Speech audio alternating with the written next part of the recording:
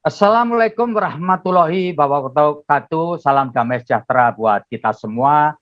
Shalom, swastiastu, namo buddhaya, dan salam kebajikan. Saya Feby Mahendra Putra, Direktur Pemberitaan Tribun Network. Merupakan sebuah kebahagiaan bagi saya dapat menjadi pemandu acara ini dan hadir di hadapan Anda sekalian, dimanapun Anda berada dan kapanpun Anda menyaksikan acara talkshow ini. Pada saat ini, Indonesia menjadi presidensi G20 selama 1 tahun. Tentu masyarakat ingin tahu apa manfaat dari posisi Indonesia dalam organisasi itu. Satu di antara topik yang diangkat dalam presidensi G20 kali ini, yaitu transformasi ekonomi dan digital. Topik ini sejalan dengan keinginan Presiden Joko Widodo yang ingin agar perekonomian Indonesia segera pulih melalui perdagangan luar negeri, terutama yang melibatkan kalangan usaha kecil menengah atau UKM. Di sejumlah negara asing, diaspora Indonesia telah membentuk berbagai macam wadah untuk mengembangkan perdagangan dengan negara setempat, yang pada ujungnya untuk meningkatkan kesejahteraan para wirausaha Indonesia, termasuk kalangan UKM. Oleh karena itu perlu dibangun konektivitas antara UKM dengan para diaspora Indonesia untuk bisa saling membantu dan berkolaborasi. Oleh karena itu, Tribun Network Kompas Gramedia bekerja sama dengan Kementerian Luar Negeri Republik Indonesia menggelar acara ini bertajuk Manfaat G20, membangun konektivitas UKM dan diaspora Indonesia. Terima kasih kepada Bank Jatim yang telah turut serta dalam acara ini. Bank Jatim merupakan bank devisa berperan dalam transaksi ekspor-impor dengan mendukung program pemerintah Provinsi Jawa Timur dalam mencetak UMKM ready ekspor, sinergi bersama instansi dan asosiasi terkait. Nah, kali ini sudah hadir para narasumber yang luar biasa, ya. Yang pertama tentu ada Bapak Hartio Harkomoyo. Beliau adalah Direktur Informasi dan Media Kementerian Luar Negeri Republik Indonesia. Nah, oleh karena itu saya ingin sapa dulu Pak Hartio Harkomoyo. Selamat sore. Assalamualaikum Pak Hartio Harkomoyo. Selamat sore, waalaikumsalam Pak Feby, apa kabar? Alhamdulillah. Bapak, terima kasih. Kita sama sehat Pak.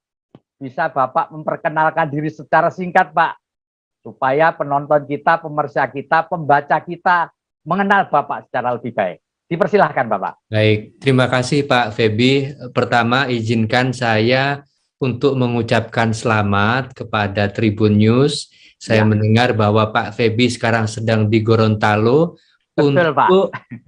mendirikan perwakilan di Gorontalo. Oleh karena itu, semoga Tribun News semakin jaya, semakin banyak perwakilannya, dan mewujudkan misi dari Tribun News turut serta mendidik, ya, mengedukasi warga negara kita.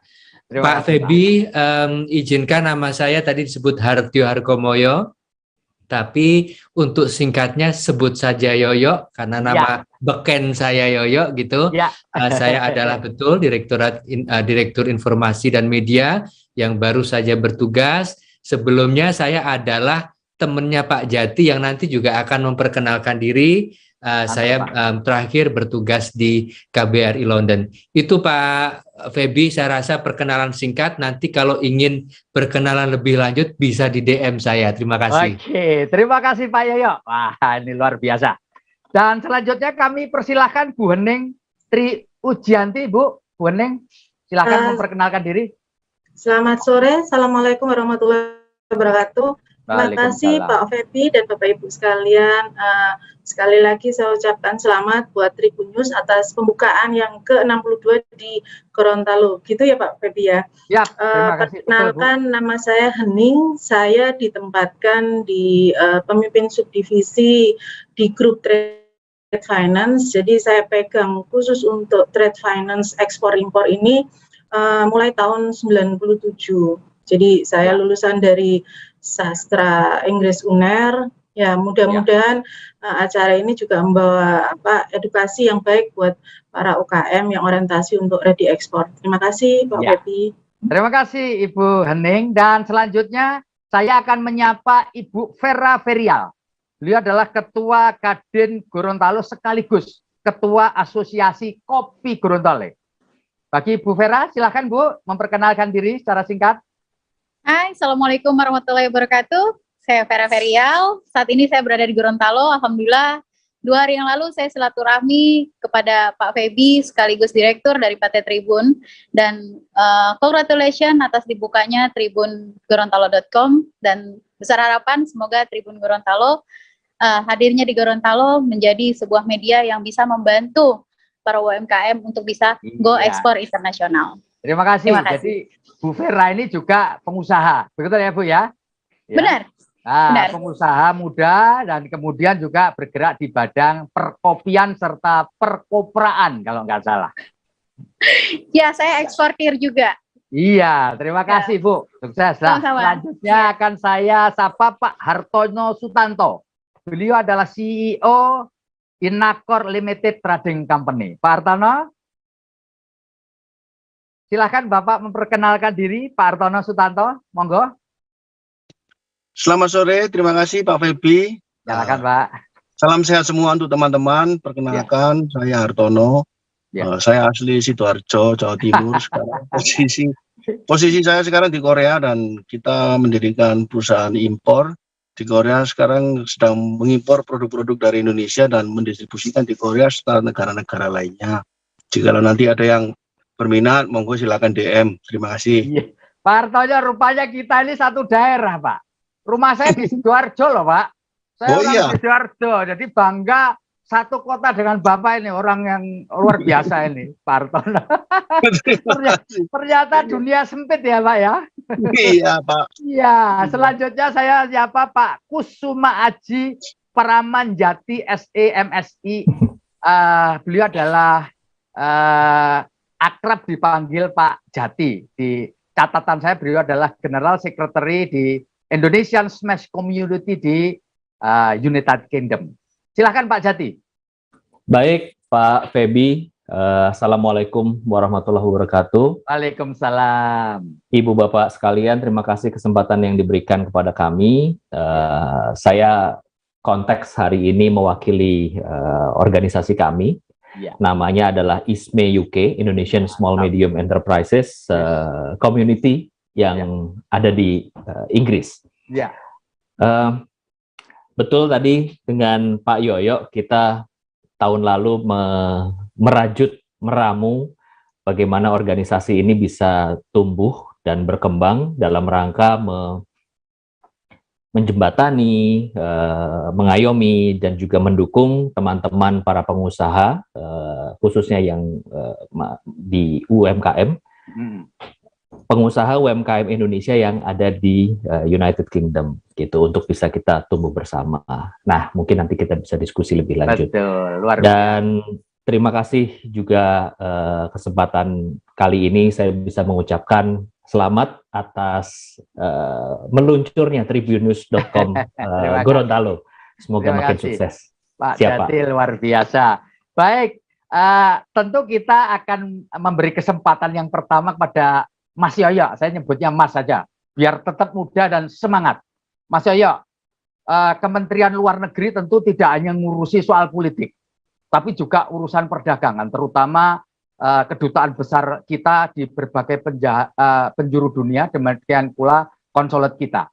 Pak Yoyo bisa jelaskan Pak Yoyo, apa yang telah dan yang akan dilakukan oleh Kementerian Luar Negeri terkait bagaimana kita bisa membantu memulihkan ekonomi, terutama para UMKM atau kita sebutnya aja usaha kecil menengah, dan kebetulan pada tahun ini kita mendapatkan presidensi G20.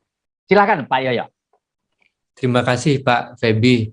Ini kalau kita mendengarkan suaranya Pak Febi ini sangat semangat ya. Jadi ini mudah-mudahan nanti ini menjadi hidup diskusi kita. Pak Febi, tentunya yang namanya diplomasi itu konteksnya luas. Dan salah satu diplomasi yang dilakukan oleh Kementerian Luar Negeri, oleh pemerintah Indonesia adalah diplomasi ekonomi.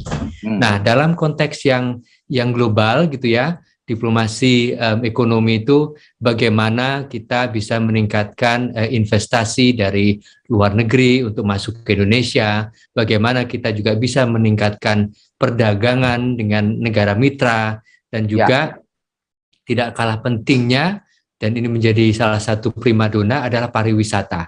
Bagaimana pariwisata itu bisa meningkat. Memang sekarang tantangannya adalah pandemi. Nah, setelah tantangan pandemi ini, dan kalau kita melihat kan sekarang background-nya G20 nih ya, Pak Feby dan teman-teman ya. Nah, kita dalam G20 ini temanya itu jelas, recover together, recover stronger. Jadi yang ingin kita dapatkan dari ini, yuk kita pulih bareng-bareng yuk. Dari Indonesia kita akan semakin kuat. Jadi ini adalah pesan yang kuat diplomasi kita untuk meningkatkan ekonomi Indonesia. Nah, dalam konteks yang tadi dinyatakan oleh Pak Feby, lalu untuk UMKM apa dong? Nah, besar sekali Pak. UMKM ini adalah pilar. UMKM ini kalau tadi Pak Feby sudah menyebutkan, Mas Yati juga menyebutkan, kita sahabat lama yang baru berpisah ini dengan Mas Feby ini. Tanya ya, KBRI ini contoh konkret aja, jadi biar nggak mengawang-awang. Contoh konkretnya ketika di KBRI London pada masa lampau, kita itu melihat ada banyak sekali teman-teman WNI yang jadi pelaku usaha UMKM. Tapi pada waktu itu bergerak sendiri-sendiri Pak. Saingan kita padahal kayak negara-negara sahabat ya, dari Malaysia, dari Thailand, itu tuh mereka memiliki perkumpulan. Nah, kenapa kita tidak mengikuti jejak mereka? Jadi KBRI perwakilan kita memiliki peran bagaimana memfasilitasi para UMKM kita untuk mempunyai wadah yang besar. Dan alhamdulillah di Inggris telah lahir satu perkumpulan yang nanti bisa diharapkan bisa menjadi hub, Pak. Menjadi hub bagi produk-produk Indonesia, para UMKM, melalui bantuan teman-teman yang ada di Inggris. Saya rasa nanti Pak Feby, nanti Pak Jati akan bisa menjelaskan secara mendalam ya, ini apa aja sih yang bisa dilakukan. Itu Pak Feby kira-kira singkat dari saya. Terima kasih. Pak Yoyo, satu lagi nih Pak Yoyo. Ya, terkait dengan posisi Indonesia sebagai presidensi G20 tahun ini, apa yang dilakukan oleh teman-teman KBRI kita di negara-negara yang menjadi anggota G20, Pak Yoyo? Nah, ya. Terima kasih Pak Feby. Jadi gini, Kementerian Luar Negeri itu mendapatkan tugas salah satunya adalah bagaimana menggaungkan G20 itu ke luar negeri, ke dunia internasional. Nah, teman-teman di perwakilan RI itu salah satu tugasnya adalah turut serta memberikan citra yang positif mengenai peran Indonesia sebagai presidensi G20. Itu satu, Pak. Yang kedua, tentunya adalah peran media nih, Pak. Peran media itu sangat besar. Termasuk apa yang dilakukan oleh Tribun News hari ini, itu membuktikan betapa media itu sangat peduli dan bisa menjadi katalis yang penting untuk mempertemukan antara ini, orang dari Kemlu dipertemukan orang dari Inggris, dari Korea. Maka salah satu tugas dari perwakilan kita adalah juga bagaimana nanti bisa memfasilitasi media-media untuk diberikan informasi, kalau ingin meliput nanti mendapatkan kesempatan yang meliput. Dan itu kira-kira Pak konteks yang ingin saya bangun pada diskusi ini ya. Tentunya ada lagi tentu konteks yang lebih besar, tapi untuk diskusi kita pada hari ini mungkin ada baiknya kita fokuskan pada diskusi ini. Oke, terima kasih Pak Yoyo. Nah, ini saya mau mohon maaf ini. Satu orang saya lupa menyapa dan untuk memberi perkenalan yaitu Pak Ferry. Pak Ferry Setiawan ini. Mohon maaf Pak Ferry, maka kesempatan ini saya berikan kepada Pak Ferry ya Setiawan, Wakil Ketua Asosiasi Pengusaha Kafe dan Restoran di Jatim, serta pembina UKM di bidang food and beverage. Monggo, Pak Ferry memperkenalkan diri. Ya, selamat sore Pak Febi. Ya, suara saya jelas ya Pak ya? Mantap, Pak Ferry, ya. Mantap. Selamat sore, salam sejahtera bagi Bapak Ibu semuanya. Saya ucapkan selamat juga buat Tribun News, pencapaiannya tadi. Ya, perkenalan singkat, nama saya Ferry Setiawan. Kebetulan saya di Surabaya sekarang ini. Saya sebagai pengusaha F&B kurang lebih sudah 8 tahun. Dan saya berangkat pun juga dari UMKM ini. Jadi saya berangkat dari modal 5 juta, saya bangun sebuah bisnis deal, gerobakan pada saat itu sampai akhirnya saya sekarang ya berkembang dan sampai di satu titik saya masuk di asosiasi menjabat sebagai ketua di Akrindo. Akrindo bisa dibilang Asosiasi Pengusaha Kafe Resto Indonesia. Saya di DPD Jatim sebagai wakil ketua dan kebetulan juga kalau kita ngomong asosiasi kita ini sangat dekat juga dengan Pemprov maupun Pemprov. Jadi banyak juga untuk membina UMKM supaya kedepannya pun UMKM di Surabaya khususnya ya semakin baik lagi dan bisa fight ini untuk di mancanegara. Terima kasih Pak. Oke, terima kasih. Supaya kita nyambung dengan Pak Yoyo tadi, saya ingin memberi kesempatan untuk Pak Jati dulu.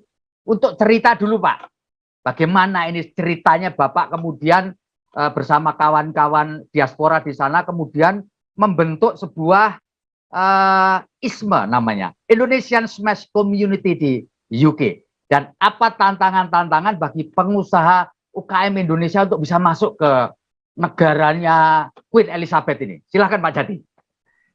Terima kasih Pak Febi. Jadi latar belakang ISME UK ini, tadi yang Pak Yoyo sampaikan adalah kita tuh selama ini sendiri-sendiri, gitu ya. Kita berjuang sendiri, mencari informasi sendiri, kita conquer the market juga sendirian, gitu. Nah, sedangkan kanan kiri kita itu punya support yang mungkin bisa kita bilang supporting sistemnya lebih kuat gitu ya.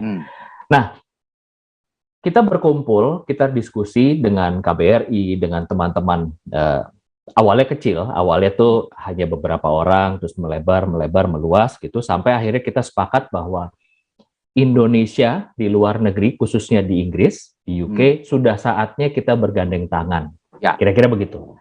Nah, kalau kita bicara rendang, kalau saya masak rendang atau Pak Febi masak rendang, sudah pasti beda, Pak. Gitu kan?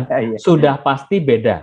Tapi janganlah perbedaan itu kita menjadi gesekan. Justru kita harus tampilkan perbedaan rendang kita. Ada rendang kering, rendang basah. Kira-kira begitu. Sebagai rendangnya Indonesia. Nah, itu analoginya ya Pak. Sehingga muncullah kesepakatan untuk membentuk satu asosiasi, perkumpulan, dan menjadi organisasi yang bernama ISME ini. Tujuan kita, kita simpelkan saja. Tujuan adanya ISME itu cuma 3, Pak.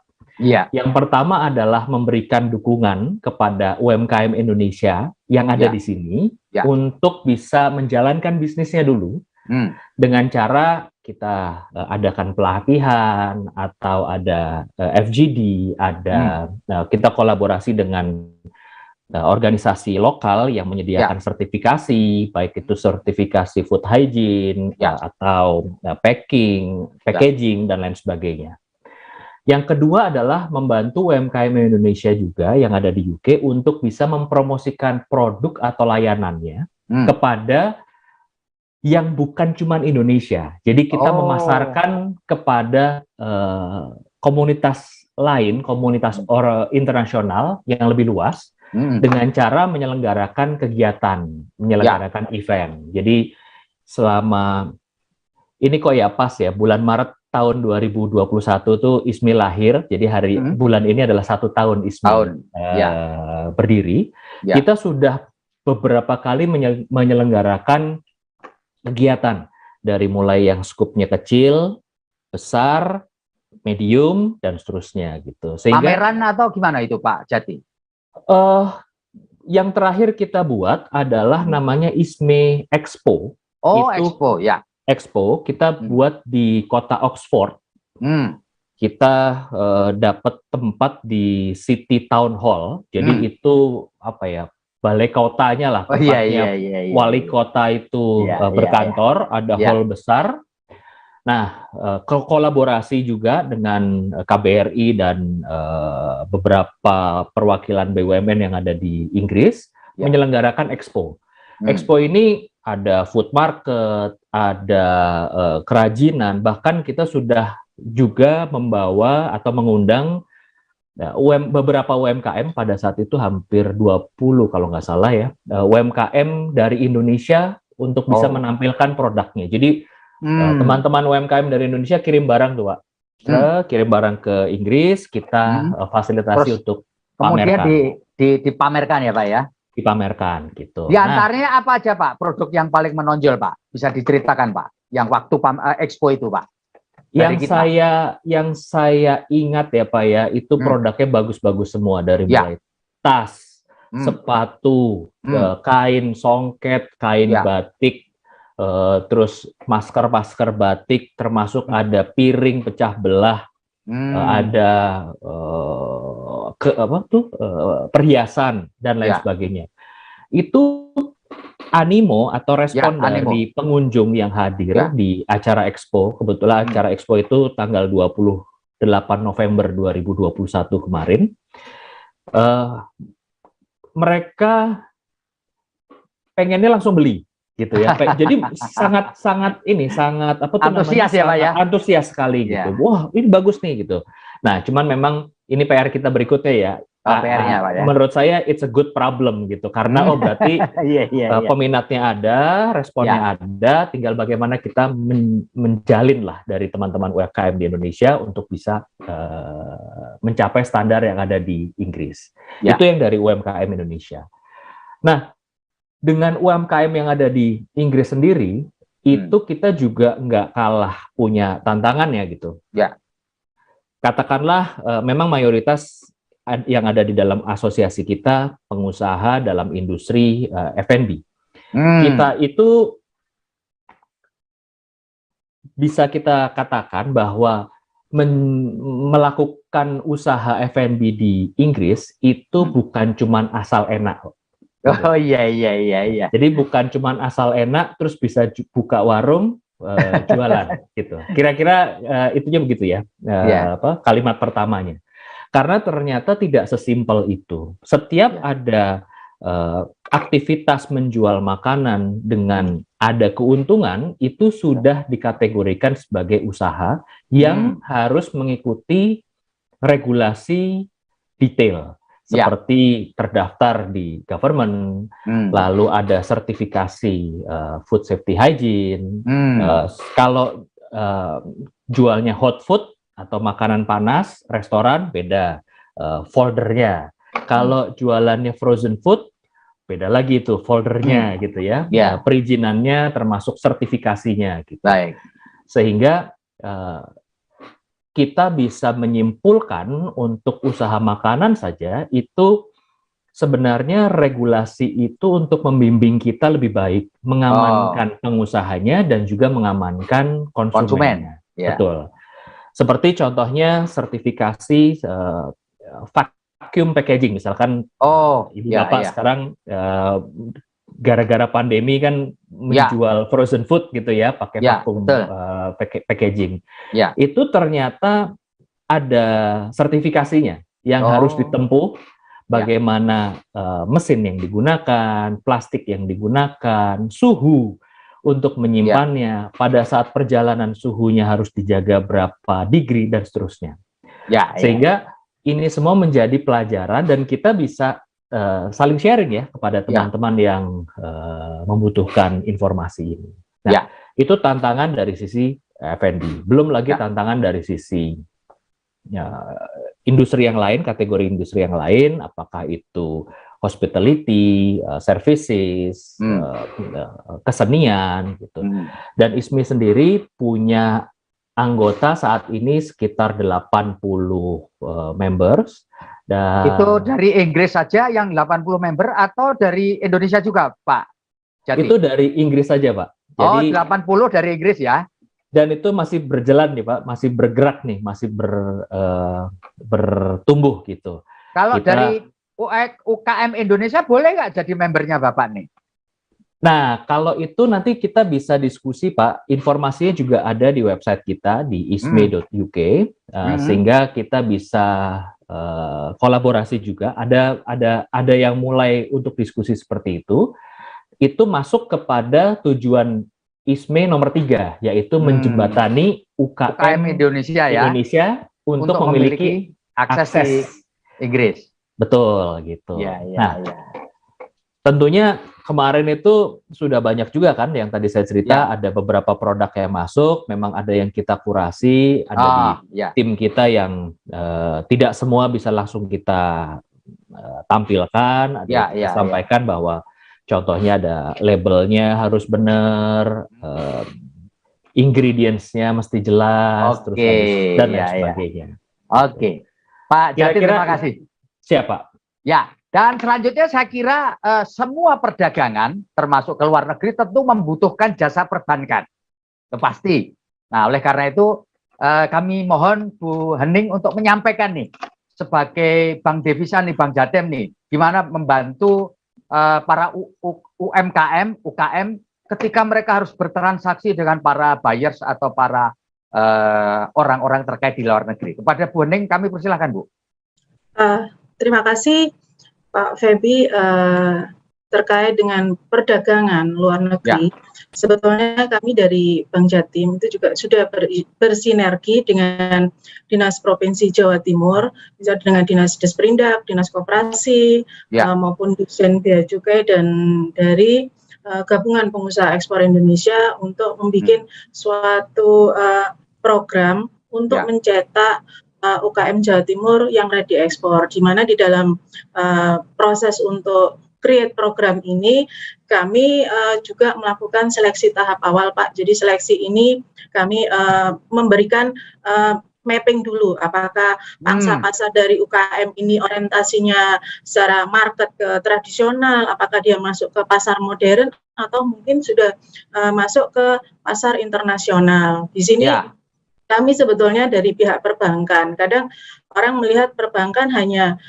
fungsinya sebagai menghimpun dana dan menyalurkan dana, tapi bukan berarti berhenti sampai di situ. Jadi kami bisa juga memberikan konsultasi atau sebagai advisor kepada pelaku UKM, khususnya yang sudah ready untuk ekspor, bagaimana caranya para UKM ini bisa masuk ke market internasional. Jadi Bank Jatim juga memberikan edukasi gitu ya, Bu ya? Betul, Bapak. Jadi kami juga punya semacam coaching klinik ke UKM-UKM. Jadi kita juga masuk ke mitra binaan para dinas Disperindak maupun dinas koperasi yang sudah diseleksi tahap awal. Seleksi ini terkait dengan kurasi terhadap produknya, seleksi terkait dengan performance si UKM itu sendiri, karena memang ketika bicara perbankan paling enggak secara performan legalitas maupun performan untuk kredibilitas dari si para UKM ini sudah nggak ada isu, karena bicara pandemi dengan yang notabene ada pengaruhnya secara signifikan kepada para UKM ini juga pengaruhnya ke laporan keuangan. Yang pertama, yang kedua terkait juga legalitas. Kita mengedukasi bagaimana legalitas ini bisa menjadi salah satu tools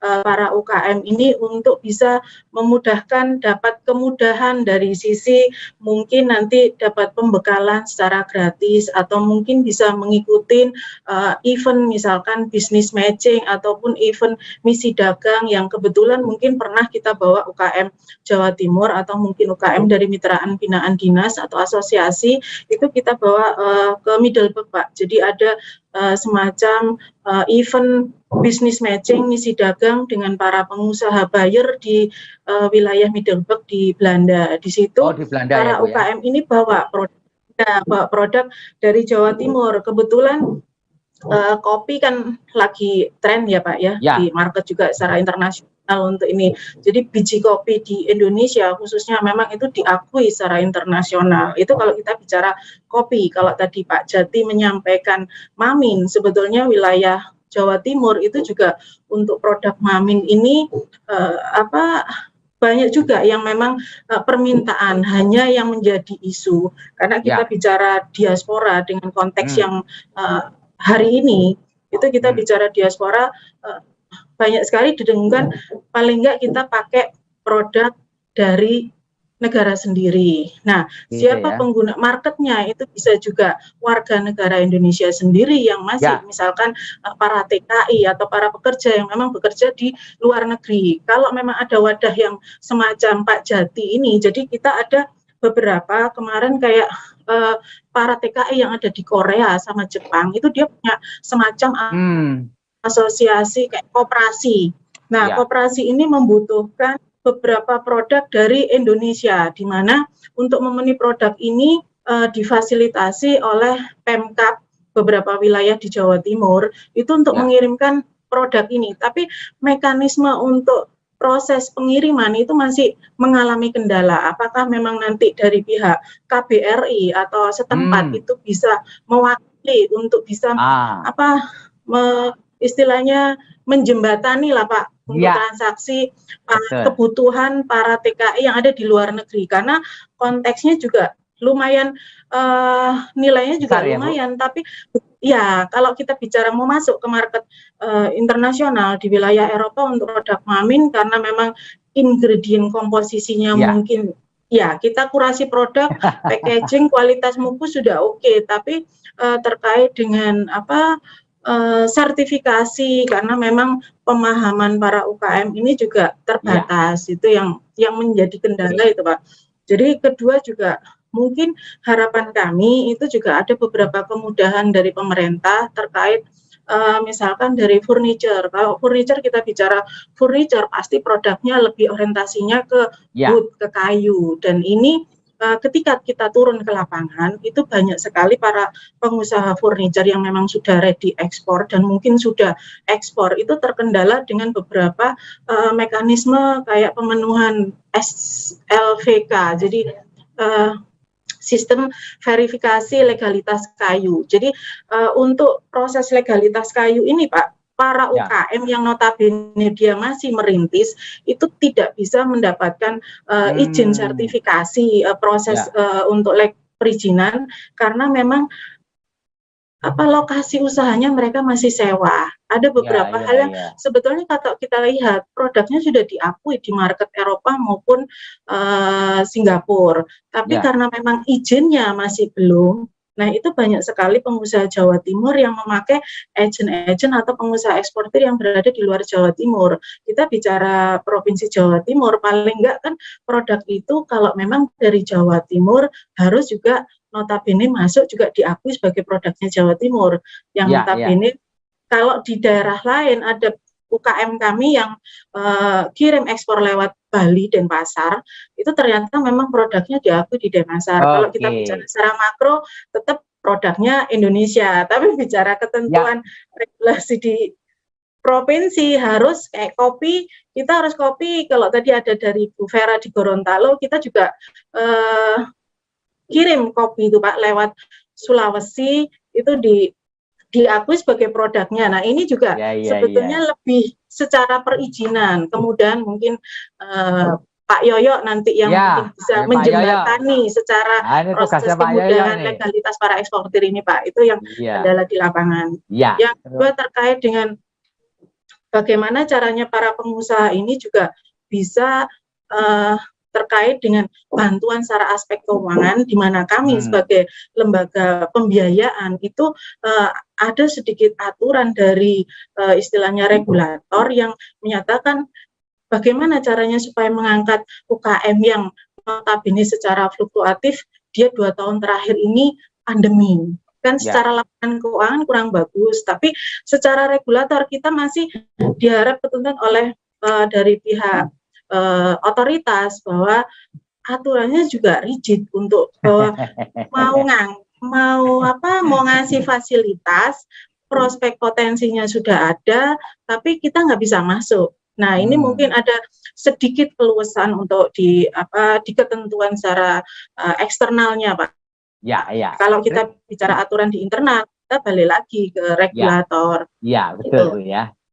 Ya, jadi memang sebetulnya ketika kita pendampingan ke UKM ini, mereka kita kasih pembekalan terkait dengan bagaimana melakukan ekspor sarana dan prasarananya, atau bagaimana caranya membaca LC supaya kepastian pembayaran atau kepastian pengiriman barang antara kedua belah pihak itu faktor trust-nya jalan.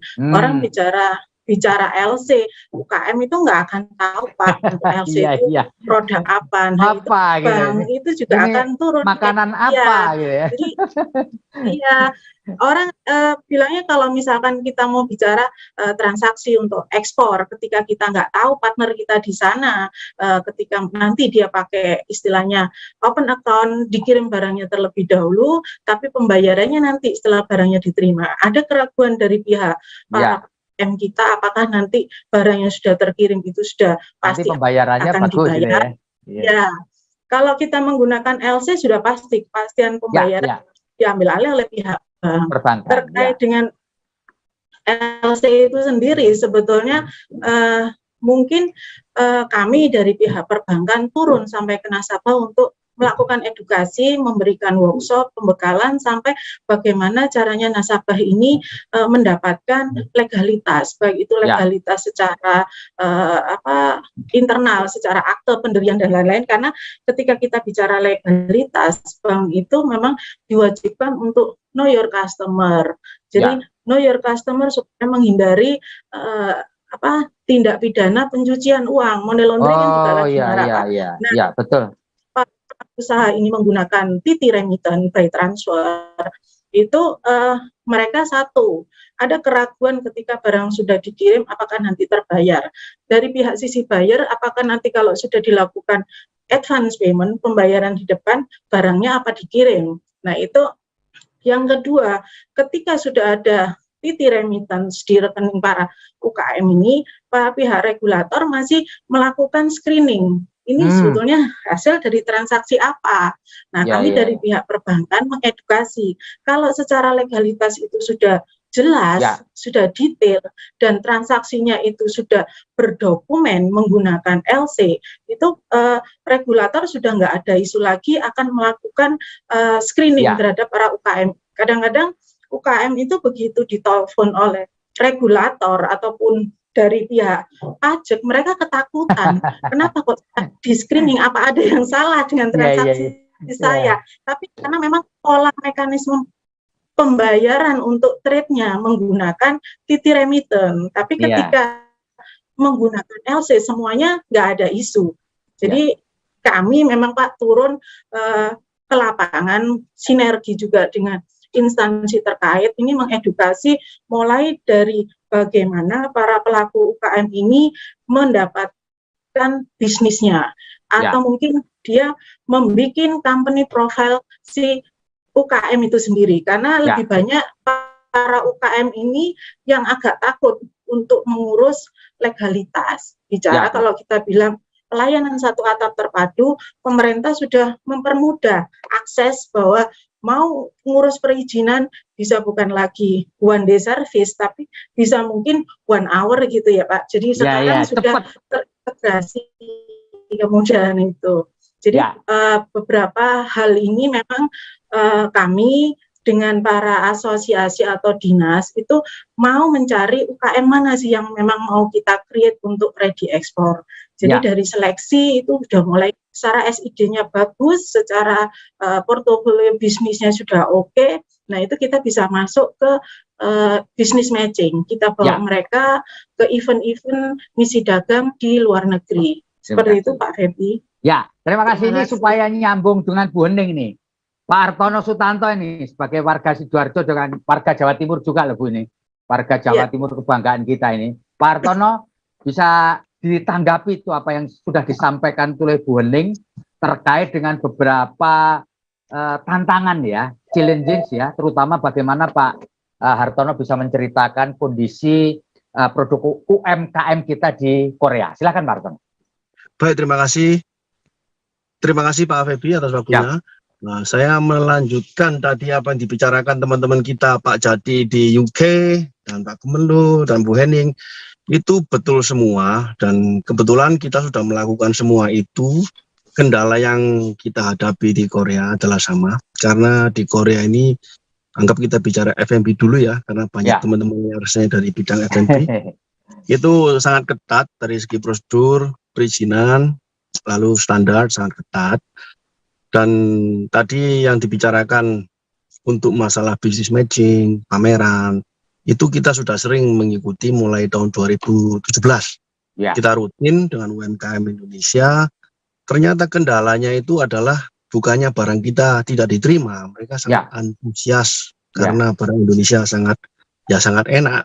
Pastilah kita promosi barang Indonesia, mereka suka. Masalahnya kalau mau beli di mana? Barangnya apa ready stock? Nah, itulah kendala dari produk-produk UMKM kita ketika mengikuti pameran di Korea terutama. Karena setelah pameran selesai tidak ada kelanjutan. Karena market menerima barang tersebut, tetapi mereka sangat susah bagaimana mendapatkan produk ini. Karena kebudayaan Korea adalah sangat cepat-cepat. Begitu mereka membeli, besok harus tiba. Itu standar di Korea. Nah, sedangkan dengan itu kita pun juga memperhatikan di Korea ini ternyata pintu masuk bagi produk-produk UMKM adalah untuk dikonsumsi oleh orang-orang Indonesia sendiri di sini. Di sini adalah 40.000 orang Indonesia di sini. Banyak Pak ya? Iya, kebetulan kebanyakan adalah PMI yang bekerja. Pekerja migran ya? Iya, pekerja migran. Dan di sini banyak paguyuban, masjid, serta koperasi. Di sini masjid itu ada 56. Lalu warung-warung Indonesia ada sekitar 60. Nah, ini adalah konsumen yang sangat besar. Dan sekarang kita mulai 2018, akhirnya kita start mengimpor produk Indonesia. Mengimpor produk Indonesia, bekerja sama dengan UMKM di Indonesia, tetapi juga banyak kendala pada saat kita start. Karena kita juga beberapa kali di-reject, karena kita memenuhi syarat. Nah, begitu di-reject, itu kita sudah rugi semua. Oke. Lalu masalah pembiayaan tadi yang masalah Bank Jatim. Itu kalau ada UMKM yang sudah ready, sudah regular ekspor, tetapi karena di Indonesia itu kan teman-teman tahu sendiri, bukannya produknya yang susah adalah dari banyak faktor untuk mendukung produksi. Karena kenapa kita kalah dengan Vietnam, kita kalah dengan Cina, Korea, ataupun Thailand? Karena apapun yang akan kita lakukan di Indonesia itu investasinya sangat tinggi. Seperti contohnya packaging. Kalau di negara lain kita bisa menggunakan packaging yang bagus dengan minimum quantity. Tapi kalau di Indonesia kita pesan plastiknya dengan ukuran tertentu itu sudah puluhan ribu. Lalu dengan karton atau desain khusus itu sudah nggak mungkin bagi UMKM karena biayanya sangat tinggi untuk invest di depan. Nah, itu juga adalah kendala bagi partner kita UMKM untuk memenuhi permintaan kita. Dan kita setiap kali produksi kita akan menunggu karena menunggu uang GP lalu produksi tadi tidak bisa lancar karena dari Indonesia sendiri barriernya untuk mempersiapkan itu sangat mahal. Dan kita sekarang sudah kita sudah reguler ekspor ke Korea, lalu juga ke Saudi Arabia juga. Jadi UMKM kita juga sudah ya bisa dibilang terlatih untuk memproduksi barang ekspor. Dan ini kita juga kerjasama dengan teman-teman PMI yang di Korea. Kita mendirikan badan usaha milik masjid Al Barokah. Dan masjid ini, badan usaha milik masjid ini sudah diresmikan juga oleh Pak Dubes Sumaradi pada tahun 2020 lalu. Kita sekarang akan mendirikan fasilitas produksi barang-barang Indonesia. Karena terus terang dari segi regulasi kita sangat kalah dengan Vietnam, Thailand, Filipina. Banyak produk-produk kita tidak bisa masuk di Korea. Itu karena faktor regulasi hubungan diplomatik lah, bukan karena barang. Seperti kemiri, buah-buahan, hasil peternakan itu sangat tidak bisa masuk. Jadi peran KBRI menjadi strategis apa enggak, Pak Hartono? Karena ini adalah regulasi. Seperti saya ambil contoh seperti telur asin. Siapa nggak tahu telur asin Brebes kan enak ya Pak? Iya, betul. Tetapi kita tidak bisa masuk telur asin dari Indonesia. Yang bisa masuk Pak? Itu regulasi Korea. Karena yang bisa masuk telur asin adalah hanya bisa dari 7 negara. Oh, begitu ya. China, Vietnam, Taiwan, Thailand, Jerman, Amerika, dan Jepang. Indonesia nggak masuk. Kenapa Pak? Alasannya apa nggak bisa masuk telur asin kita Pak? Banyak hasil produk pertanian dan perkebunan itu tidak bisa masuk. Itu regulasi pemerintah Korea. Iya.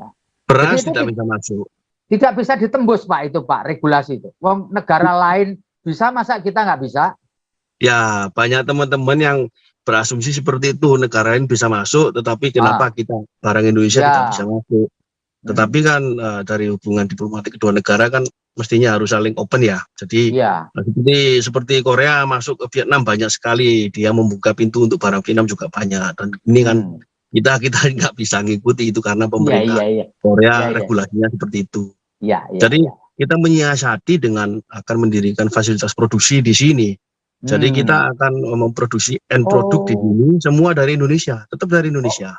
Jadi bahan dasarnya dari Indonesia ya Pak ya? Dari Indonesia maupun nanti setengah jadi juga dari Indonesia. Di sini hanya finishing karena seperti contoh kita keripik singkong, kita anggap keripik singkong. Namanya satu item keripik singkong. Tetapi begitu dia packagingnya ada yang 1 kilo, 500 gram, 250 gram, 100 gram, 80 gram, dan rasanya ada beberapa macam, itu sudah menjadi bermacam-macam produk. Sedangkan bukan hanya satu produk, pemerintah Korea tidak melihat itu. Dia per item dianggap satu produk. Sedangkan proses untuk impor di sini, satu produk itu akan di laboratorium, setelah lolos baru kita bisa proses impor. Dan itu biayanya juga sangat tinggi dan risiko juga sangat tinggi. Karena peraturan standar Korea dengan Indonesia sangat beda. Kadang-kadang ini yang tidak bisa diterima teman-teman UMKM karena standar BPOM Indonesia dengan Korea itu sangat jauh. Seperti contoh kadar acid value terhadap minyak goreng. Di Indonesia mungkin 1 lolos, kalau di sini 0,2. Sedangkan standar Korea juga lebih tinggi daripada standar Amerika maupun Saudi Arabia. Banyak teman-teman kadang yang sudah ekspor, mereka bilang, kenapa Korea nggak bisa? Kita sudah ekspor ke Amerika, sudah ekspor ke Australia. Nah, itu juga susah untuk mengedukasi mereka bahwa standar regulasi Korea agak beda, membutuhkan waktu. Tetapi ya terus terang sekarang sudah jalan lancar, kita fighting terus, akan lebih semangat lagi. Saya rasa produk-produk Indonesia akan semakin diterima di Korea, karena Korea ini negara yang tidak mempunyai sumber daya alam. Kalau kita lihat banyak produk Indonesia sudah masuk Korea, tetapi kehilangan jati diri karena sudah masuk dengan brand Korea, sudah masuk dengan packaging Korea. Yang mengekspor adalah orang Korea di Indonesia, yang mengimpor adalah orang Korea, yang mendistribusikan adalah orang Korea, brandingnya adalah orang Korea. Jadi barang kita saja yang masuk, tetapi kita tidak menikmati value added di sini. Jadi apa yang kita mau kerjakan adalah bagaimana caranya kita bisa menambah add value untuk kita sendiri, karena dari Indonesia, oleh Indonesia, untuk orang Indonesia di sini dan orang Korea, begitu misi kita seperti itu. Terima kasih. Terima kasih, luar biasa. Nanti kita akan elaborasi dari Pak Hartono ya. Dan sekarang kita bergeser ke Bu Vera ini sebagai eksportir kopi sekaligus pembina UKM dan pengurus Kadin ini. Silakan Bu Vera menanggapi ini. Apa tantangannya ketika Anda menjadi eksportir? Apakah apa yang diceritakan Pak Hartono, Pak Jati, Bu Hening tadi juga Anda alami? Silakan Bu Vera. Ya, terima kasih Pak Febri dan senior-senior hebatku di UK dan London di Jawa Timur. Yang disampaikan Pak Hartono itu benar sekali. Contoh Kopindo, Pak. Ya kan? Suhu hidup kita itu diragukan dan amat sangat diragukan gitu. Makanya aku selalu bilang sama teman-teman UMKM di sini, khususnya di Indonesia, don't use Sufindo. Jangan gunakan Sufindo. Kenapa? Karena jangankan untuk pasar Eropa, untuk Asia sendiri saja Sufindo diragukan. Gitu. Aku selalu rekomen kalau untuk tes laboratorium itu pakai Sufnot yang punyanya Jerman. Itu adanya di Indonesia, hanya di Jakarta. Aku selalu rekomen itu. Kenapa? Ini pengalamanku pribadi ketika aku mengirim corn exit oil dengan SSA itu mereka minta waktu itu 65%. Oke. Ya. Aku dari Sufindo itu 65 sampai 70%. Oke, aku inilah pasang dada lah istilahnya gitu. Oh ya oke, aku bilang saya bisa kirim gitu. Alhasil begitu sampai ke negara tujuan, dicek oleh laboratoriumnya Pak, itu only 39%. Sampai akhirnya mereka bilang, Vera, you not believe this Sufindo, right? Aku bilang, ya, emang saya nggak percaya sama Sufindo. Even I'm Indonesia. Walaupun saya orang Indonesia, saya nggak percaya.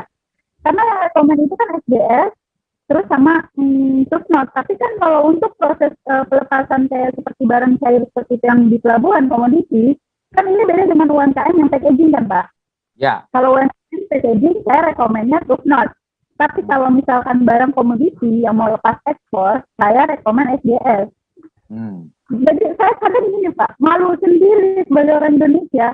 Saya di sini berjuang untuk para UMKM naik kelas, ya kan? Ya. Untuk para UMKM tembus ke pasar ekspor. Tapi kalau bagaimana laboratorium kita? Karena apa? Di luar sana mereka yang dibutuhkan kan satu spesifikasi. Ya. Spesifikasi berbicara tentang kualitas, ya kan? Ya. Setelah kualitas, itu yang tadi dibilang sama Pak Jati. Setelah kualitas yang dibicarakan apa? Kuantitas. Pak Hartono tadi juga sampaikan itu kan. Ketika kualitas kita bagus, pertanyaan kedua, apakah kita bisa mampu memenuhi permintaannya setiap bulan? Ya. Indonesia Pak, khususnya memang Indonesia negeri para raja ya, dimanapun juga Pak Hartono lebih paham, Pak Jati lebih paham gitu. Dan aku sangat senang sekali Bu Hening juga tadi bilang tentang kayu jati seperti apa kan proses ekspor kayu dari Indonesia ke luar gitu. Aku tadi sampai langsung berpikir gini Pak Ledi, wah asik nih kalau Pak Jati melakukan MOU dengan Kadin Gorontalo, terus Pak Hartono juga melakukan MOU dengan Kadin Gorontalo yang memang kita menitik beratkan membina para UMKM khususnya di Gorontalo. Bikin studi tentang Gorontalo. Ya. Kita punya gula aren, gula semut itu mampu menghasilkan Pak 1 bulan minimal 500 ton gula aren kita. Ya. Gitu. Tapi tinggal bagaimana kita menyamaratakan kualitasnya. Really now I need the investor. Aku butuh investor untuk membangun sebuah kawasan pabrik yang menyamaratakan hasil dari kualitas produk tersebut. Saat ini memang belum seragam, tapi by data itu 500 ton kita mampu menghasilkan gula semut dari aren. Nah, kemiri 50 ton per bulan kita bisa sanggup di Gorontalo. Kemiri. Kopra putih, terus kemudian cengkeh. Ya. Pokoknya dari alam Gorontalo ikan tuna, terus kemudian dari Teluk Tomini kebetulan ada di sini juga hadir. Nelayan dari Teluk Tomini kita mampu menghasilkan ikan tuna terbaik. Tapi ya itu Pak, sekali lagi regulasi dari negara kita pun memang ada agak membingungkan para UMKM kita itu sendiri. Benar nggak Pak? Dalam sehari itu bisa berubah regulasinya. Aku yang come on. Sementara Bapak pasti lebih tahu, lebih paham. UMKM kan nggak sebenarnya nggak tahu kan itu yang UMKM mau tuh gimana caranya produknya bisa ekspor keluar, bisa tembus. UMKM bahkan nggak tahu apa sih regulasi yang terjadi. Contoh nyata Pak Hartono, minyak kemarin tanggal 26 Januari ada regulasi lagi keluar dari Kementerian Perdagangan dan Industri yang akhirnya mengakibatkan pendistribusian minyak di Indonesia itu berantakan. Sebagian bilang minyak langka, padahal minyak nggak bisa.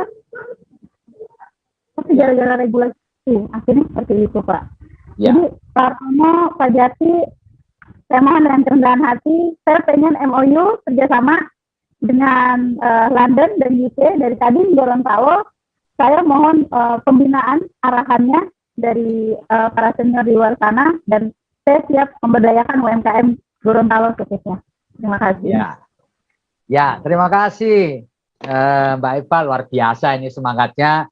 Sayang sekali di Gorontalo ini rupanya sinyalnya naik turun, jaga suara Mbak Vera ini kadang kedengaran, kadang tidak. Moga-moga Pak Jati sama Pak Hartono bisa memahami apa yang dimaksud dengan Bu Vera tadi, moga-moga. Dan sekarang saya beri kesempatan kepada Pak Ferry nih. Pak Ferry bisa cerita juga sebagai orang yang berkecimpung dalam food and beverage dan pembina UMKM di kawasan Jawa Timur, dan tentu saja pasti punya binaan yang juga sudah mempersiapkan diri atau bahkan sudah ekspor ke luar negeri terkait dengan industri F&B ini. Silakan Pak Ferry. Oke, terima kasih Pak Ferry. Jadi kebetulan memang saya ini sudah 8 tahun berkecimpung di F&B dan bermula dari sebuah warung kecil sih sebenarnya. Ya. Kalau saya bilang sendiri pun juga UMKM ini kan kalau kita ngomong challenge-nya adalah 3 hal ya. Ada 3 hal yang bisa kita angkat adalah satu, yang pertama knowledge, yaitu kita punya pengetahuan tentang apapun itu, variabelnya banyak, baik pemasarannya, produksinya, ya kan. Apapun kita bisa sampai ekspor akhirnya, produk kita bisa eksporkan.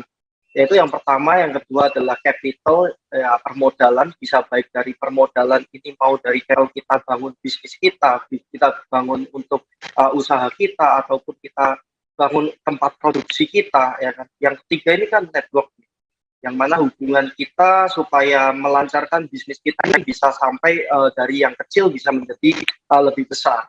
Nah ini kalau saya bilang, saya pun pernah mengalami itu semua. Makanya saya di sini untuk bisa dibilang saya mengabdi lah. Gimana caranya saya bisa menjadi berguna ini atau menjadi berkat juga bagi teman-teman UMKM di Jawa Timur khususnya, supaya produknya ataupun brandnya ini bisa berkembang. Ya kan? Kita bilang ada produk bagus, orang bisa create something, tapi nggak bisa memasarkannya. Ya kan? Orang bisa create something, tapi nggak bisa men-scale up-nya, misalkan seperti itu. Orang bisa create something, tapi nggak bisa ini sampai akhirnya mengeksporkannya. Walaupun saya pribadi belum ekspor juga ini, ya kan. Saya masih fokus di nasional. Ya, produk saya ini ayam geprek sebenarnya. Kebetulan saya mulai awal berusaha ayam geprek ini 2014. Ketika itu memang pada belum terlalu se-hype di tahun 2017 ya. Tapi ayam geprek sendiri mulai start itu 2003 di Yogyakarta. Saya kuliah di Surabaya, saya asli Solo kebetulan. 2009 saya kuliah di Surabaya sampai 2013. 4 tahun saya melihat, pada saat saya kuliah tuh nggak pernah melihat jenis makanan ini di Surabaya. Ya, sedangkan kalau kita ngomong culture-nya orang Indonesia itu sukanya nasi, ayam, dan sambal nih, ya kan. Ayam ini udah nomor satunya ini, ya. Yang kedua baru sapi, mungkin yang ketiga baru ini kita ngomongnya seafood nih, ya kan. Terus juga nasi, orang Indo kalau belum makan nasi makan, ya kan. Yang ketiga juga sambal nih. Nah akhirnya produk ini yang saya bawa ini ke Surabaya karena saya melihat peluangnya, wah ayam geprek belum ada nih di Surabaya, ya kan. Ini syukur-syukur saya punya konsepnya, saya punya produknya. Nah, pertanyaannya kalau orang ini mau memulai sesuatu tapi belum punya konsepnya, ini yang susah juga, ya kan? Sampai akhirnya saya berpikir gimana saya bisa menjadi seorang yang berguna ini buat UMKM di Jawa Timur. Nah, kebetulan saya juga masuk ke satu asosiasi yang namanya Aprindo, Asosiasi Pengusaha Kafe Resto Indonesia di Jawa Timur, DPD Jawa Timur. Kebetulan dengan Pemkot dan Pemprov pun juga kita hubungan sangat baik, dan kita mengabdi juga ke Pemkot dan Pemprov ini gimana kita dari asosiasi bisa memberikan dampak juga untuk lingkungan kita. Akhirnya kita membentuk tadi yang 3 challenge tadi, yaitu knowledge, capital, dan juga network. Ini gimana kita bisa menyalurkan knowledge kita sebagai praktisi, pengalaman kita membangun sebuah bisnis ataupun memproduksi sesuatu, ya kan, sampai akhirnya dari kecil bisa menjadi besar. Yang kedua, peran capital juga ini selain dari perbankan, bisa dibilang kita bicara untuk pinjaman modal ataupun apapun juga, ini bisa masuk juga ke tempat produksi nih Pak. Jadi yang menarik seperti ini. Saya ketika 2014 memulai awal bisnis, ya, itu digitalisasi belum semasif sekarang. Jadi kalau saya mau katakan saya mau memasarkan produk saya ataupun brand saya, itu pakainya brosur. Jadi zaman dulu karena keterbatasan modal, ya saya umur 23 pada saat itu modal cuma 5 juta doang, jadinya sebuah warung kecil juga, lesehan juga, ya kan. Saya memasarkan itu pakai brosur. Ya kan? Mau kita pakai baliho, spanduk pinggir jalan pun juga nggak ada modalnya. Akhirnya pakai brosur door to door. Sedangkan zaman sekarang nih kita duduk aja di dalam kantor, kita bisa pakai yang namanya digital ads, ya kan? Sedangkan zaman dulu nggak seperti itu. Dan juga seperti yang dikatakan Pak Jati tadi dan Pak yang dari Pak Hartono yang dari Korea, saya setuju sekali nih. Di Indonesia ini kalau mau bangun usaha itu susahnya minta ampun. Belum bangun udah habis duitnya, ya kan? Belum yang izin ini, belum yang izin ini, ya kan?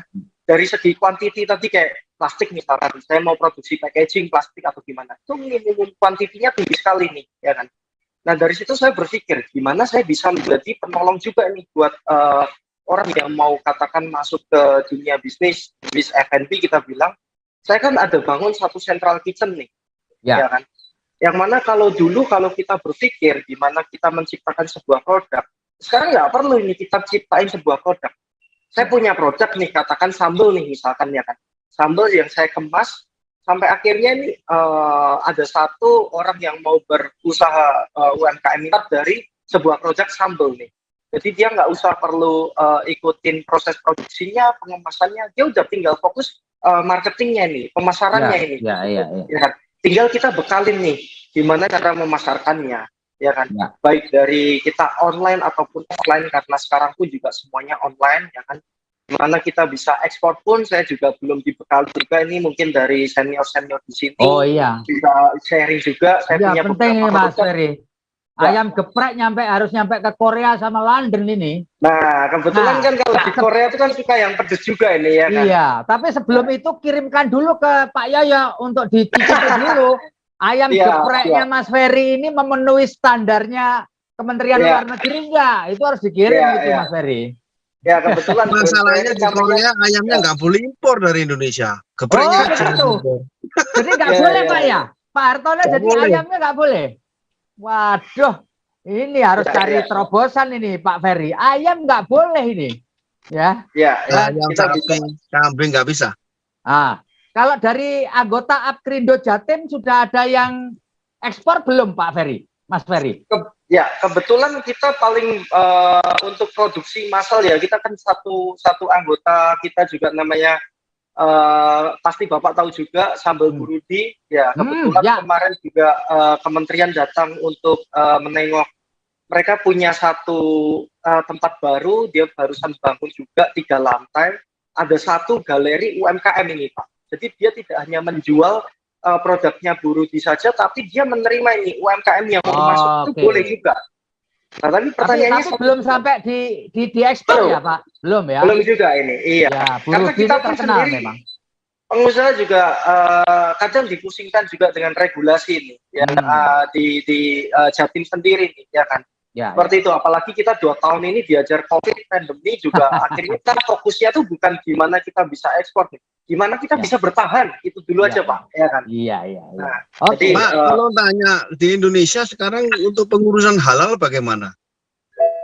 Ada yang bisa jawab nih, pengurusan halal nih, ada yang bisa merespon. Bu Hening bisa bantu Bu. Bagaimana prosesnya sangat lambat sekali, tidak ada respon dari dinas, dan sangat lambat, sudah berbulan-bulan tidak ada respon, tidak tahu posisi sampai di mana. Itu kasihan partner saya yang UMKM itu. Dia sudah ekspor ke saya beberapa kontainer, sudah ke Saudi, tetapi dia sendiri di Indonesia mau mengurus halal, belum keluar sampai sekarang. Gimana Bu Hening, bisa kasih komentar Bu? Ya, mungkin bisa begini Pak, kalau misalkan kebetulan beliau yang mengajukan untuk sertifikasi halal, itu sudah masuk menjadi mitra binaan dinas, ataupun mungkin sudah menjadi nasabah dari beberapa para perbankan, itu punya akses Pak, semacam rekomendasi untuk diberikan kemudahan. Nah itu nanti yang akan memberikan informasi kepada dinas untuk, jadi kemarin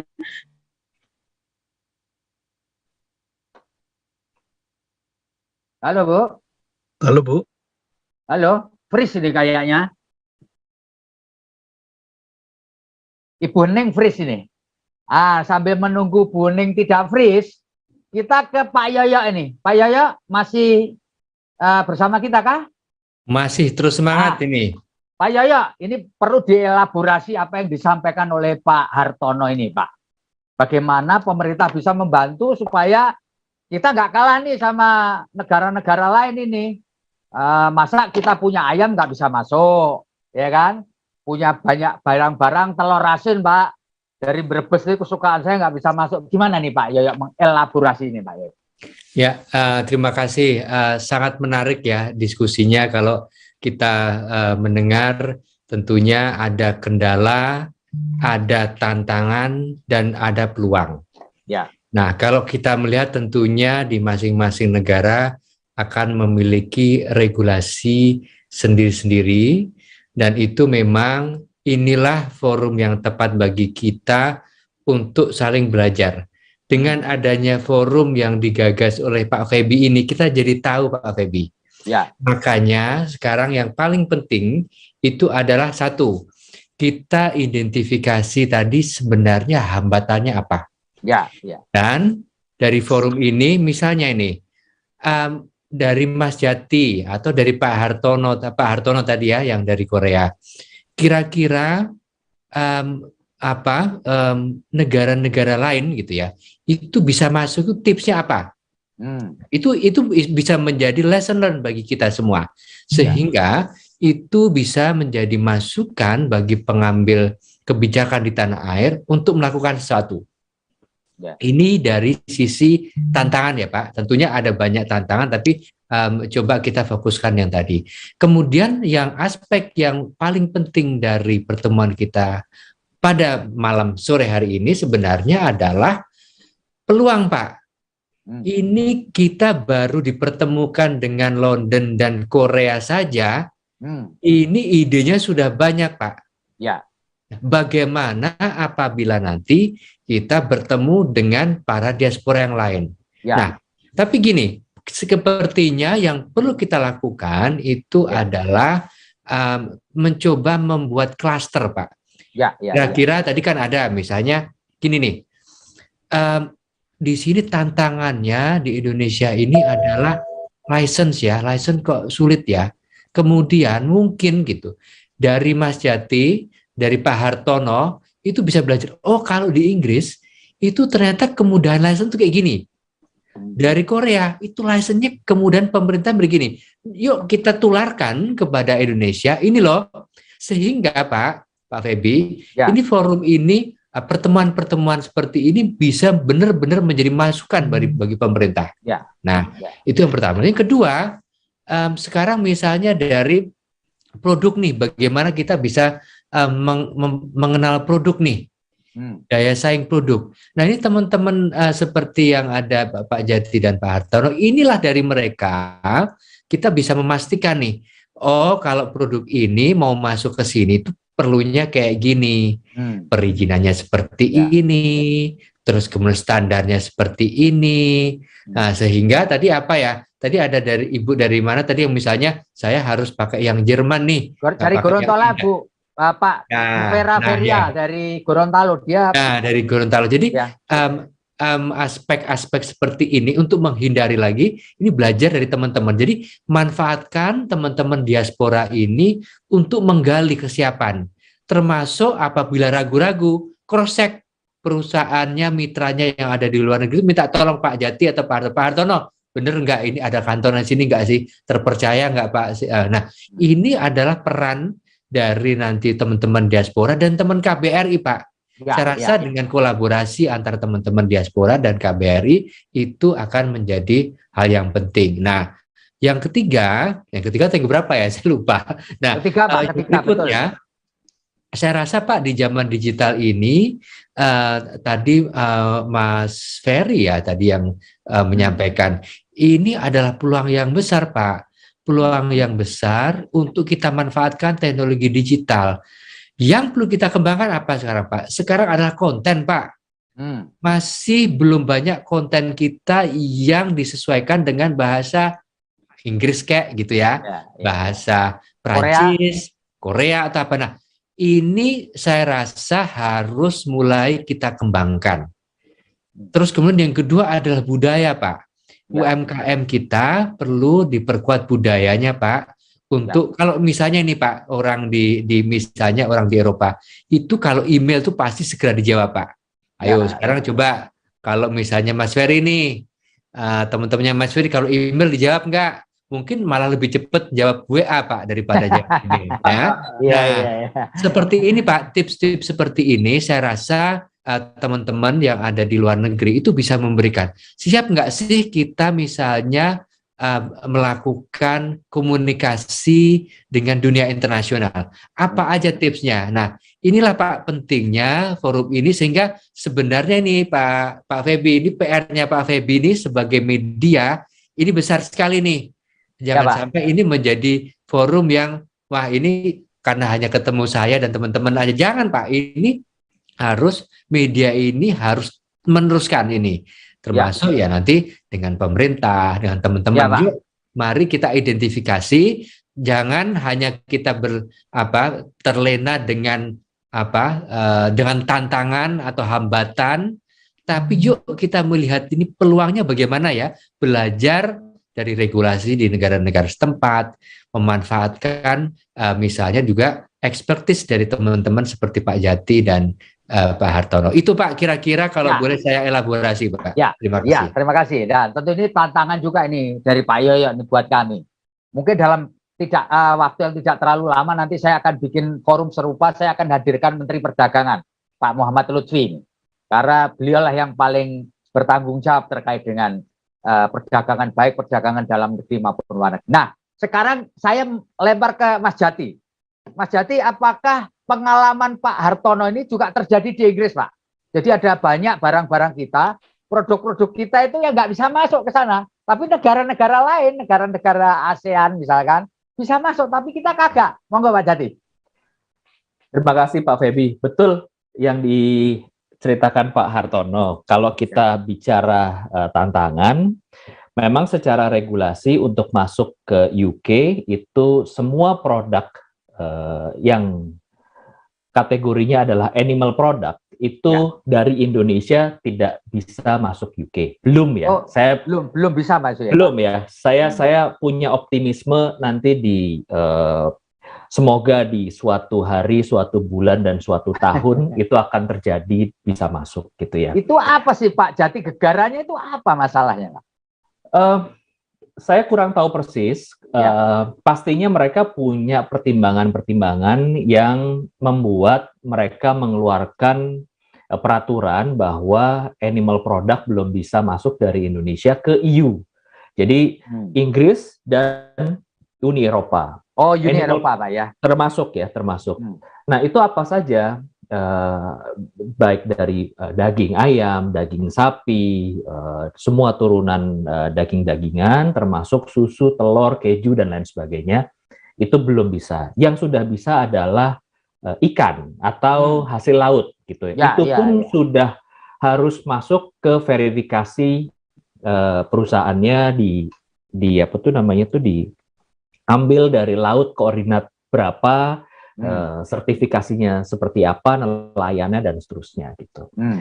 Tapi menurut saya inilah yang menjadi PR kita bersama gitu ya. Kita sudah tahu masalahnya. Nah, masalah ini mau kita carikan solusi atau kita tonton saja sebagai masalah. Kira-kira begitu kan? Nah, kalau saya mengambil posisi sama seperti Pak Hartono di Korea, terus kita kolaborasi juga dengan KBRI London, ada Pak Yoyo yang menjadi sahabat yang membersamai kita setiap kali pada saat Pak Yoyo bertugas di London, adalah ya oke, ini satu tantangan kita. Sekarang apa yang kita bisa buat di saat tantangan ini masih ada? Seperti Pak Hartono tadi sampaikan kan, apakah itu membuat satu manufacturer di Korea sehingga kita bisa step by step maju nih. Bahan baku maju satu, setengah jadi maju satu gitu. Sehingga ini pun juga kalau menurut saya telur sama ayam ya. Market sudah siap atau belum siap tergantung supply-nya juga. Ya. Supply sudah siap atau belum siap tergantung demand-nya juga. Nah, Ya. tugas kita lah yang bisa menjembatani tadi yang Pak Yoyo sampaikan. Mungkin di forum-forum seperti ini kita bisa terus tukar pikiran dengan tujuan mencari solusi gitu ya, bukan meratapi masalah ya. Masalah udah pasti ada lah gitu kan. Tapi kita mencari solusi yang bisa kita maju. Kalau menurut pendapat saya, menyambung tadi Mas Ferry kan menyampaikan 3 tantangan utama UMKM, yaitu knowledge, capital, dan network gitu ya. Nah, dengan adanya forum-forum terbuka, terima kasih pada suasana digital seperti ini, network, contohnya hari ini kita sudah tukar-tukaran informasi, tegur sapa antara Gorontalo, Jawa Timur, Korea, dan Inggris. Itu network menurut saya sudah tidak bisa lagi jadi alasan, kira-kira begitu ya. Ya.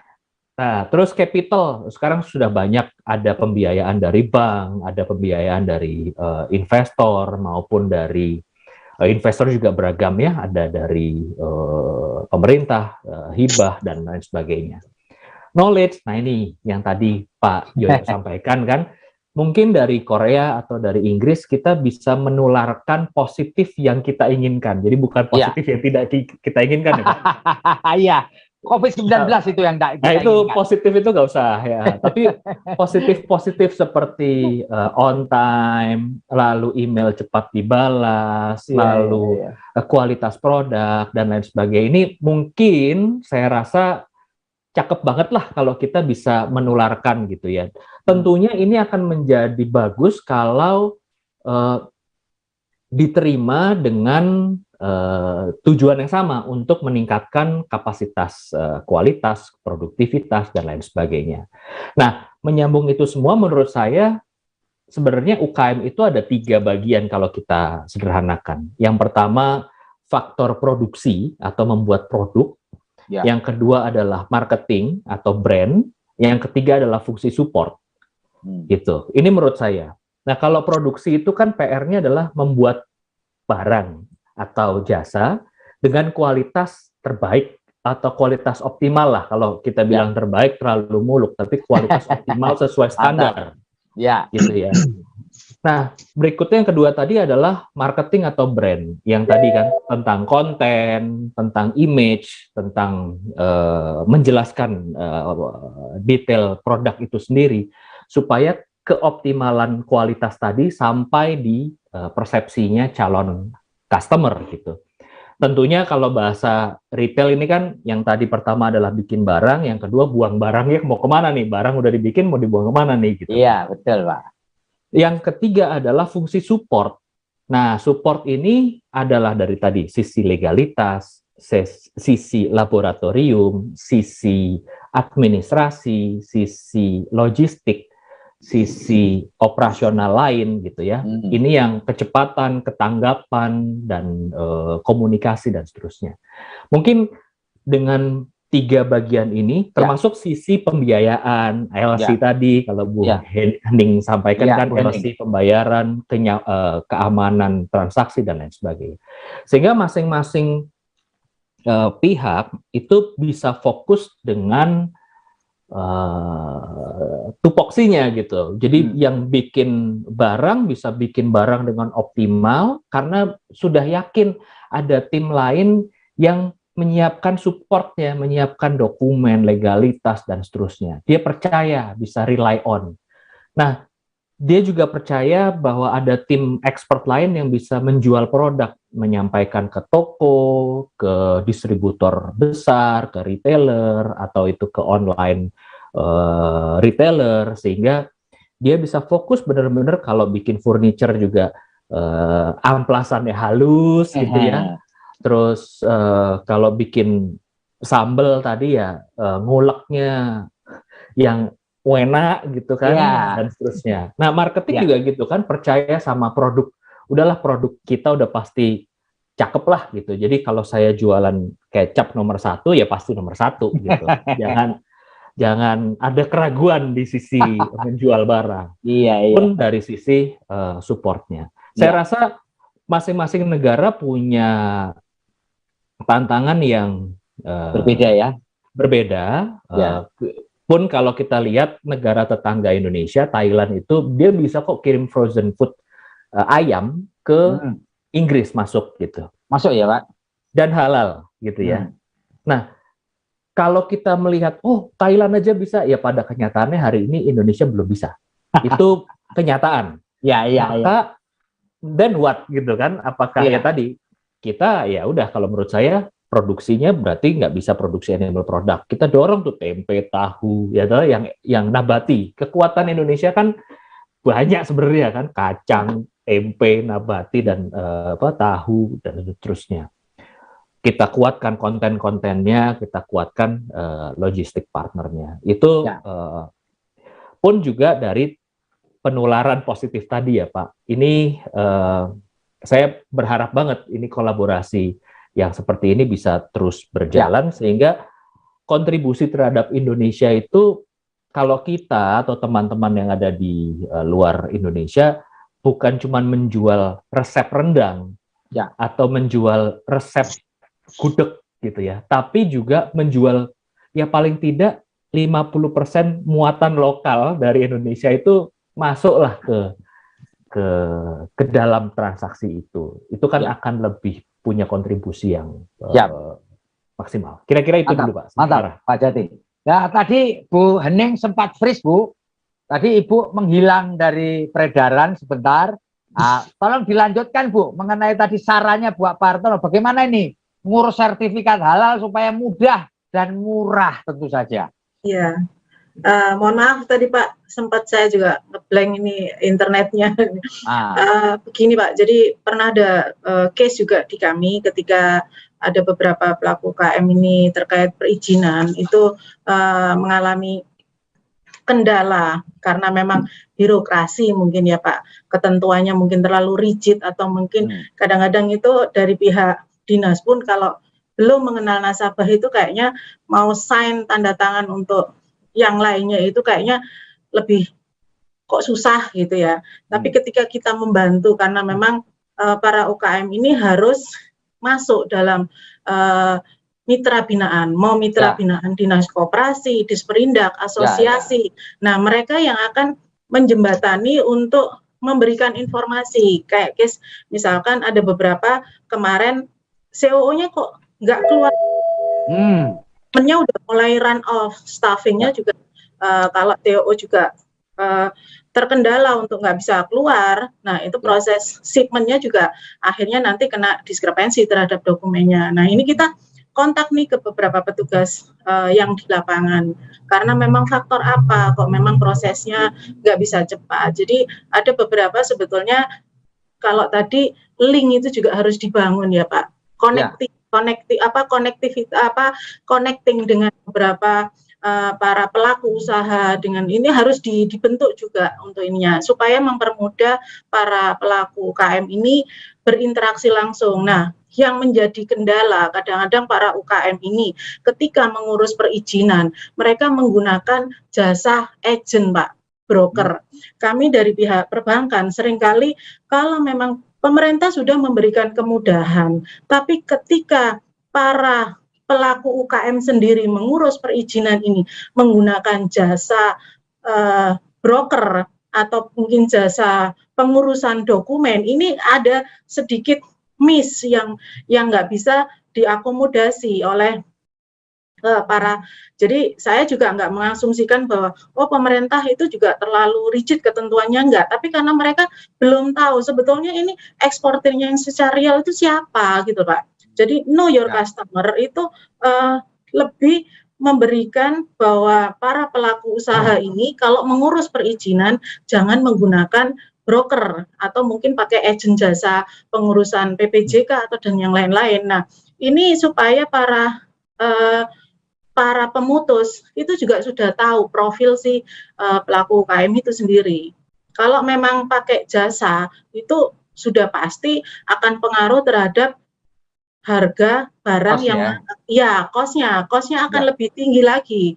Sedangkan pemerintah sudah ngasih pelayanan satu atap terpadu ini di salah satu kayak misalkan di wilayah Sidoarjo itu ada salah satu kawasan berikat syariah, Pak.